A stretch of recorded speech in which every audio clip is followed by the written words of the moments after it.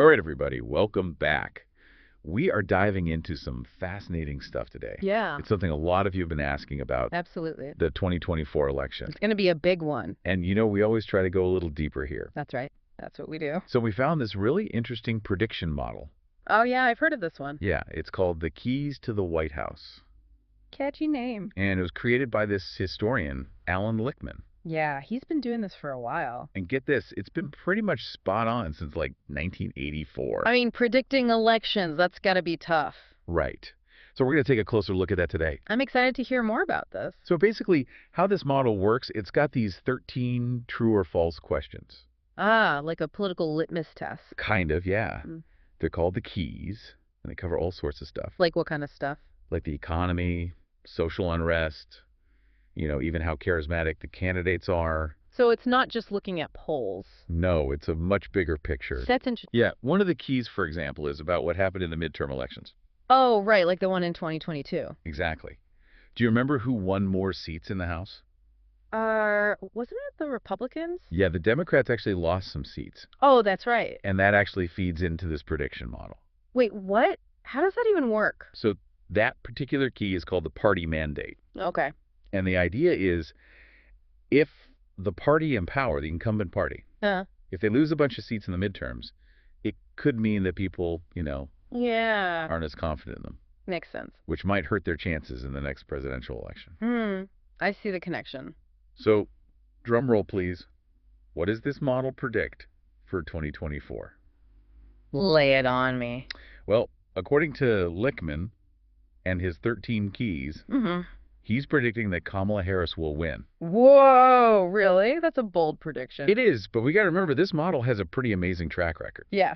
You said it's been accurate for a long time. Well, like 9 out of the last 10 elections. Wow, including Trump's win in 2016. Yep, even that. That's pretty impressive. So there's definitely some weight to his prediction. I'm starting to see why people are paying attention to this. So I'm really curious, what are some of the keys that are pointing towards a Harris win? Right, let's break it down. Yeah. One key that's working in her favor is the short-term economy key. Short-term economy, what's that about? Basically, it looks at whether there's a recession happening during the election year. Okay. And right now, the economy is looking pretty stable, Yeah, it seems to be holding up. which usually benefits whoever's already in office. Interesting. So that one's pointing towards Harris. Right. And then there's the long-term economy key. Okay, what's that one all about? Well, it's a little more complex. It looks at economic growth over the entire term of the incumbent president. So the whole time they've been in office. Exactly. And what's it saying about the current situation? Well, it's shown that the economy has grown more under the current administration than the average growth during past terms. Wow, that's a pretty big deal. And that's another point in Harris's favor. So the economy keys are looking good for her. Yeah, they seem to be. But hold on, earlier we talked about how the Democrats lost that party mandate key. Oh, right, because of the midterms. Doesn't that hurt Harris's chances? It does. It definitely makes things more complicated. But are there any keys they managed to avoid losing? Well, there's one called the party contest key. Okay, what does that one look at? It focuses on whether there are any serious divisions or challenges within the incumbent party. You mean like during your primaries and stuff? Exactly, any big fights or disagreements during the nomination process. And did the Democrats manage to avoid that? They did. They seem to have learned their lesson from past elections. So they're all united behind Harris. It appears so.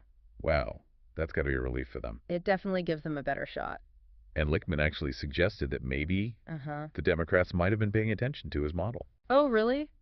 You think they strategically avoided a messy primary? It's possible they might have been trying to play it smart. That would be pretty savvy. But let's be real, predicting elections is never a sure thing. Oh, absolutely. There are so many variables. Right. I mean, no model is perfect. Nope. And it's important to look at things from different angles. That's true. You know, I was looking at Decision Desk HQ. Yeah, what's their take on the election? Well, they're a pretty reliable source. They analyze all the polling data. Uh-huh. And their current prediction is that Trump actually has a 52% chance of winning. Wow. That's almost the opposite of what Lichtman's model is saying. Yeah, it really highlights how unpredictable all of this is. So we've got this historical model saying one thing, Yeah. and then current polls suggesting something totally different. It makes you wonder what's going to happen. It really does. 2024 is shaping up to be a nail biter. No doubt about it. Well, we've covered a lot of ground here today, Yeah, we really went deep. but it's made me think, what are your thoughts on all of this? That's a great question. Does this historical model, with its impressive track record, Yeah. does it change how you see the 2024 race? I think it's definitely something to consider. Right. I mean, Lichtman's model shows us that there are these long-term trends in politics, Yeah. but on the other hand, things are changing so fast these days. Yeah, politics are super dynamic. Exactly, and there's so much that's hard to predict. So how much weight do we give to the past It's tough to say. versus what's happening right now? Yeah, it's a real balancing act. It's something to think about. Absolutely, a lot to ponder as we head towards 2024. Absolutely. Lots of food for thought. Food for thought indeed. Well, we'll definitely be keeping an eye on this. I know I will be. Thanks for joining us for this deep dive. Always a pleasure. We'll see you next time. See you then. Bye, everyone. Bye.